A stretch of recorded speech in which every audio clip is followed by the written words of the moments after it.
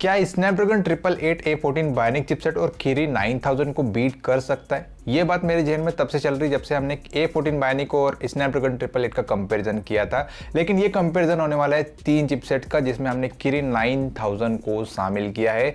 2021 में ये तीनों चिपसेट्स एक दूसरे को काफ़ी टफ कॉम्पिटिशन देने वाले हैं। स्नैपड्रैगन 888 अपनी फास्टर गेमिंग, बेहतर फोटोग्राफी और इम्प्रूव परफॉर्मेंस के लिए पहचाना जा रहा है, जबकि हिस्लिकॉन Kirin 9000 भी अपने बेहतरीन परफॉर्मेंस और सुपीरियर गेमिंग एक्सपीरियंस देने के लिए तैयार बैठा हुआ है मार्केट के अंदर। Exynos 1080 अभी आने को है और मीडियाटेक भी अपना एक नया फ्लैगशिप चिपसेट लॉन्च करने की तैयारी में लग रहा है। मतलब 2021 में इसका भी एक चिपसेट आने वाला है। बट लेट्स सी यहाँ पे 3 चिपसेट में से आपको सबसे बेहतर परफॉर्मेंस कौन सा चिपसेट प्रोवाइड करता है। तो वीडियो पे आगे बढ़ने से पहले मैं आपको एक बात बता दूं, चैनल पे नए आए हो चैनल को सब्सक्राइब करके जाएगा और इस वीडियो को लाइक कर दीजिएगा। चलिए वीडियो पे आगे बढ़ते हैं। You're watching my YouTube channel tech expert. चलिए जानते हैं कुछ बढ़िया। सबसे पहले मैं प्रोसेस की बात करूँ, तीनों ही चिपसेट 5nm प्रोसेस पे बने हैं, तो ये तीनों चिपसेट अलग तो नहीं हो सकते प्रोसेस में। बेहतर पावर एफिशिएंसी के लिए तीनों चिपसेट आपको बेहतर रहेंगे, ये तय है। आर्किटेक्चर की बात करूं, तीनों चिपसेट 64 बिट आर्किटेक्चर पे बने हुए हैं। सीपीयू की अगर मैं बात करूं तो स्नैपड्रैगन 888 में आपको पहला हाई परफॉर्मेंस कोर मिल जाता है ARM Cortex X1 का, जिसकी फ्रीक्वेंसी आपको 2.84 गीगाहर्ट्ज की मिलती है। बाद में आपको 3 मिड परफॉर्मेंस कोर मिलते हैं ARM Cortex A78 के, जिसकी फ्रीक्वेंसी आपको 2.4 गीगाहर्ट्ज की मिल जाती है। आखिरी में आपको 4 एफिशिएंसी के लिए कोर मिलते हैं ARM Cortex A55 के, जिसकी फ्रीक्वेंसी आपको 1.8 गीगाहर्ट्ज की मिल जा रही है। A14 बायोनिक की अगर मैं बात करूं तो यहाँ पे आपको 2 हाई परफॉर्मेंस कोर मिलते हैं फायरस्ट्रम्स के, जबकि यहाँ पे आपको फ्रीक्वेंसी मिलती है 2.99 गीगाहर्ट्ज की। आखिरी में आपको 4 एफिशिएंसी के लिए आइस्ट्रम कोर्स मिल जाती है, इसकी फ्रीक्वेंसी आपको 1.8 गीगाहर्ट्ज की मिल जाती है। Kirin 9000 की अगर मैं बात करूं तो यहाँ पे आपको पहला हाई परफॉर्मेंस कोर मिलता है ARM Cortex A77 का, जिसकी फ्रीक्वेंसी आपको 3.13 गीगाहर्ट्ज की मिल जाती है। बाद में आपको 3 मिड परफॉर्मेंस कोर मिलते हैं ARM Cortex A77 के, जिसकी फ्रीक्वेंसी आपको 2.54 गीगाहर्ट्ज की मिल जाती है। आखिरी में आपको 4 एफिशिएंसी के लिए कोर मिल जाते हैं ARM Cortex A55 के, जिसकी फ्रीक्वेंसी आपको 2.05 गीगाहर्ट्ज की मिल जाती है। सीपीयू में A14 बायोनिक खुद के कस्टम बड़े और छोटे कोर यूज कर रहा है, सच एज फायरस्ट्रम एंड आइस्ट्रम मॉनिकर, जबकि Qualcomm और Kirin 9000 ARM के सेल्फ पार्ट्स यूज कर रहे हैं। यहाँ पे स्नैपड्रैगन 888 का सबसे बड़ा benefit high and Cortex X1 and Cortex A78 core की वजह से मिलेगा। सिंगल कोर परफॉर्मेंस में तो बेशक A14 ही आगे रहने वाला है, लेकिन मल्टी कोर के साइड पे आपको ट्राई क्लस्टर सेटअप की वजह से स्नैपड्रैगन 888 और Kirin 9000 एप्पल A14 से माइनर डिफरेंस के साथ में आगे मिलेंगे। ऑन द पेपर सीपीयू में अभी तो A14 ही आगे रहेगा, लेकिन प्रैक्टिकली ये समीकरण बदल भी सकते हैं।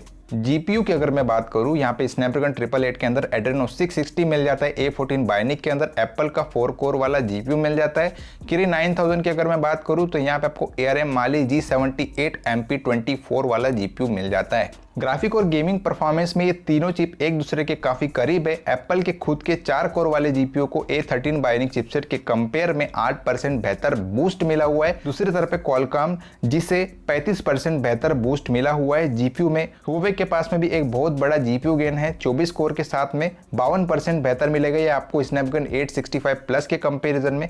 ग्राफिक्स में तो A14 बायोनिक चिपसेट और स्नैपड्रैगन 888 एक दूसरे के काफी करीब मिलेंगे आपको, लेकिन स्नैपड्रैगन 865 प्लस से 52% बेहतर होने की वजह से यहाँ Kirin 9000 आपको एक बेहतर गेमिंग परफॉर्मेंस और ग्राफिक्स दे पाएगा। कैमरास की अगर मैं बात करूं, स्नैपड्रैगन 888 के अंदर अप टू 200 MP तक के सिंगल कैमरा का सपोर्ट मिलता है और अप टू 84 MP तक के सिंगल कैमरा का सपोर्ट आपको 30 FPS पे 0 शटर लैग के साथ में मिल जाता है। इतना ही नहीं दोस्तों, यहाँ पे आपको ट्रिपल कैमरा का सपोर्ट मिलता है 28 MP का 30 FPS पे 0 शटर लैग के साथ में, और 64 + 25 MP के डुअल कैमरा का सपोर्ट 30 FPS पे 0 शटर लैग के साथ में मिल जाता है। A14 बायोनिक चिपसेट की अगर मैं बात करूं तो यहाँ पे आपको 12 MP के सिंगल कैमरा का सपोर्ट मिलता है और 12 MP + 12 MP के डुअल कैमरा का सपोर्ट मिल जाता है। Kirin 9000 की अगर मैं बात करूं तो यहाँ पे आपको 108 MP के सिंगल कैमरा का सपोर्ट मिलता है और 64 MP + 48 MP के डुअल कैमरा का सपोर्ट मिल जाता है। ऑब्वियसली कैमरा डिपार्टमेंट मुझे तो स्नैपड्रैगन 888 का ही बेहतर दिख रहा है, which is maybe due to up to 200 MP single camera and 28 MP triple camera support. Kirin 9000 में डुअल कैमरा सपोर्ट तो बेहतर है, लेकिन सिंगल कैमरा सपोर्ट में ये स्नैपड्रैगन 888 से पीछे रहेगा और ट्रिपल कैमरा के सपोर्ट के वजह से भी यहाँ पे ये पीछे रहेगा।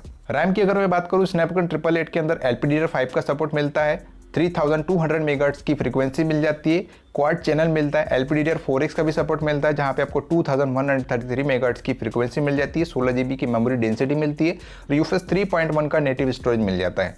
एप्पल के A14 बायोनिक चिपसेट की अगर मैं बात करूं तो यहाँ पे आपको ड्यूल चैनल मिल जाते हैं। LPDDR5 का सपोर्ट मिलता जरूर है, लेकिन यहाँ पे आपको 2750 मेगाहर्ट्ज की फ्रीक्वेंसी मिल जाती है और NVMe स्टोरेज मिल जाता है।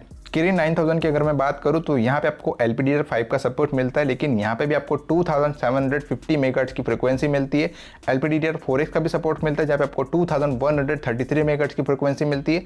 16 GB की मेमोरी डेंसिटी मिलती है और UFS 2.1 UFS 3.1 का नेटिव स्टोरेज मिलता है। रैम और स्टोरेज के डिपार्टमेंट में किरिन 9000 और स्नैपड्रैगन 888 के केस में LPDDR5 रैम के साथ में LPDDR4X का भी सपोर्ट है और LPDDR5 रैम सपोर्ट होने के कारण दोनों चिप में 30% लोअर बैटरी कंजप्शन होगा, जिसकी वजह से आपको एक अच्छी बैटरी लाइफ मिल पाएगी और मल्टीटास्किंग गेमिंग सेशन पे भी आपको कोई दिक्कतें महसूस नहीं होगी। डिस्प्ले की अगर मैं बात करूं, स्नैपड्रैगन 888 के अंदर 4K रेजोल्यूशन का सपोर्ट आपको 60 हर्ट्ज पे मिलता है और QHD+ रेजोल्यूशन का सपोर्ट 144 हर्ट्ज पे मिलता है। A14 बायोनिक चिपसेट के अंदर 4K HDR डिस्प्ले का सपोर्ट मिल जाता है और किरिन 9000 के अंदर 4K UHD डिस्प्ले का सपोर्ट मिल जाता है। डिस्प्ले में मैं कहूंगा ओवरऑल 4K रेजोल्यूशन सपोर्ट तो आपको तीनों में दिया जा रहा है, लेकिन एडिशनल QHD+ डिस्प्ले का सपोर्ट हाई रिफ्रेश रेट पर स्नैपड्रैगन 888 में मिल रहा है। That's why Snapdragon 888 is winner here. AI learning की अगर मैं बात करूं तो स्नैपड्रैगन 888 के अंदर हेक्सागोन 780 वाला प्रोसेसर मिलता है, जो कि 6th generation Qualcomm AI engine है और साथ ही 26 ट्रिलियन ऑपरेशन पर सेकंड की स्पीड देता है। 2nd जनरेशन वाला आपको क्वालकॉम सेंसिंग हब भी यहाँ पे मिलता है। एप्पल A14 बायोनिक की अगर मैं बात करूं तो यहाँ पे आपको एप्पल का NPU मिल जाता है, जो कि 16 कोर वाला NPU है और 11 ट्रिलियन ऑपरेशन पर सेकंड की स्पीड देता है। किरिन 9000 की अगर मैं बात करूं, यहाँ पे आपको NPU का AI यूनिट मिल जाता है, जिसमें आपको 2 बड़े कोर मिलते हैं और एक छोटा कोर मिल जाता है। देखो, AI लर्निंग के केस में A14 बायोनिक को इंटरफेसिंग परफॉर्मेंस में A13 बायोनिक चिपसेट के कंपेयर में 83% बूस्ट मिला हुआ है। स्नैपड्रैगन 888 को भी 73% बूस्ट मिला हुआ है स्नैपड्रैगन 865 के 15 ट्रिलियन ऑपरेशन पर सेकंड की स्पीड से, और ये बहुत ज़्यादा है। हुआवे भी 2.5 गुना ज़्यादा AI प्रोसेसिंग कैपेबिलिटीज के साथ में आ रहा है as compare to Snapdragon 865। AI learning में तो मैं ये कहूँगा कि जो भी है स्नैपड्रैगन 888 के 26 ट्रिलियन ऑपरेशन पर सेकंड जितनी स्पीड किरिन 9000 नहीं दे रहा है। 5G मॉडेम की अगर मैं बात करूं तो स्नैपड्रैगन 888 के अंदर क्वालकॉम की तरफ से ही स्नैपड्रैगन X60 5G मॉडेम मिलता है, जो कि एक इंटीग्रेटेड 5G मॉडेम है और यहाँ पे आपको 7.5 Gbps की डाउनलोड स्पीड मिलती है और 3 Gbps की अपलोड स्पीड मिल जाती है।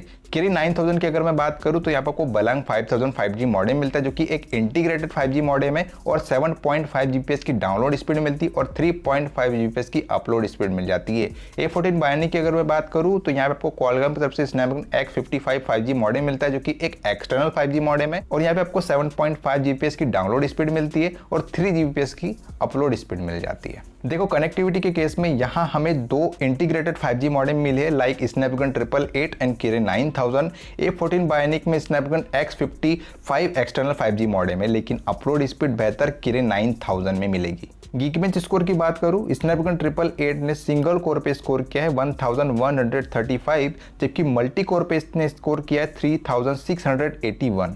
A14 बायोनिक की अगर मैं बात करूं तो यहाँ पे इसने सिंगल कोर पे स्कोर किया है 1578, जबकि मल्टी कोर पे इसने स्कोर किया है 3831। किरिन 9000 की अगर मैं बात करूं तो यहाँ पे इसने सिंगल कोर पे स्कोर किया है 1038 और मल्टी कोर पे इसने स्कोर किया है 3720।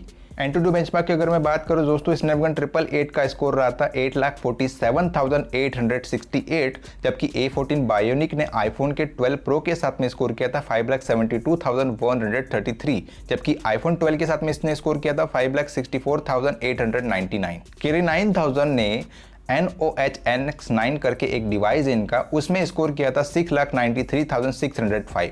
देखो, कंक्लूजन पे ऐसा है कि इनमें से 2 चिपसेट ऐसे हैं जो कि खुद के ही डिवाइस में यूज होते हैं और बाहर के डिवाइस को भूल के भी नहीं देखते।